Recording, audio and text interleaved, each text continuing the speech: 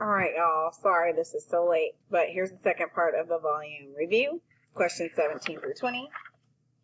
What is the volume of the figure below? Here we will shade in the base. We will actually shade in the base over here, which is a triangle too. All right, I need to write my volume formula.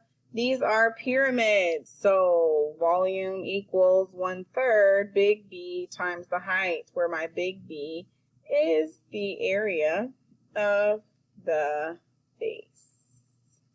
Okay, here my base is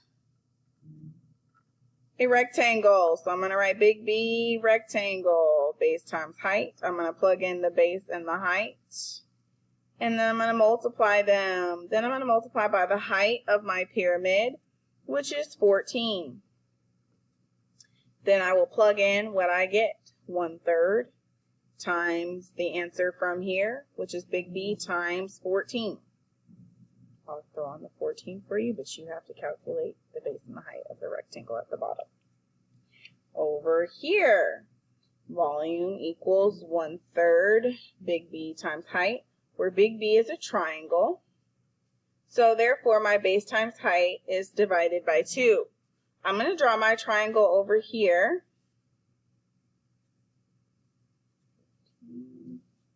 9, 12, right angle, shade it in. You have to determine which one is the base and which one is the height of that triangle. Hold, please. All right, and then I'll do base times height, cut in half. I'll give you a hint, one of those numbers is even, so you will cut it in half. And you'll get 6. And H is the height of this pyramid, which is 15. So I'm going to do volume equals 1/3 times whatever I get for calculating big B times 15, which is the height of my pyramid. And if you want, you could shortcut and 1/3 15, which would be 5, and then you can multiply by whatever answer you get up here.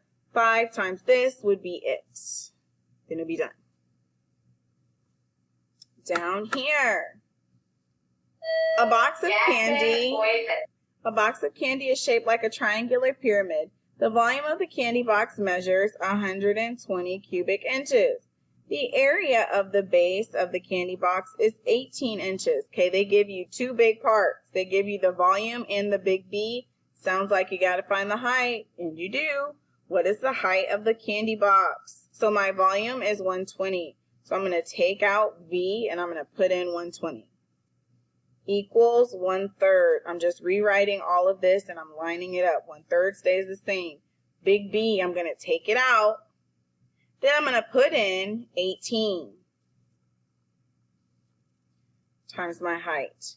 Whatever answer I get here, I'm going to divide on both sides, and then I will get H. Last but not least, a square pyramid has a base that measures 8 inches on each side. So it's a square pyramid, so the bottom of my square is 8 on each side. Shade it in.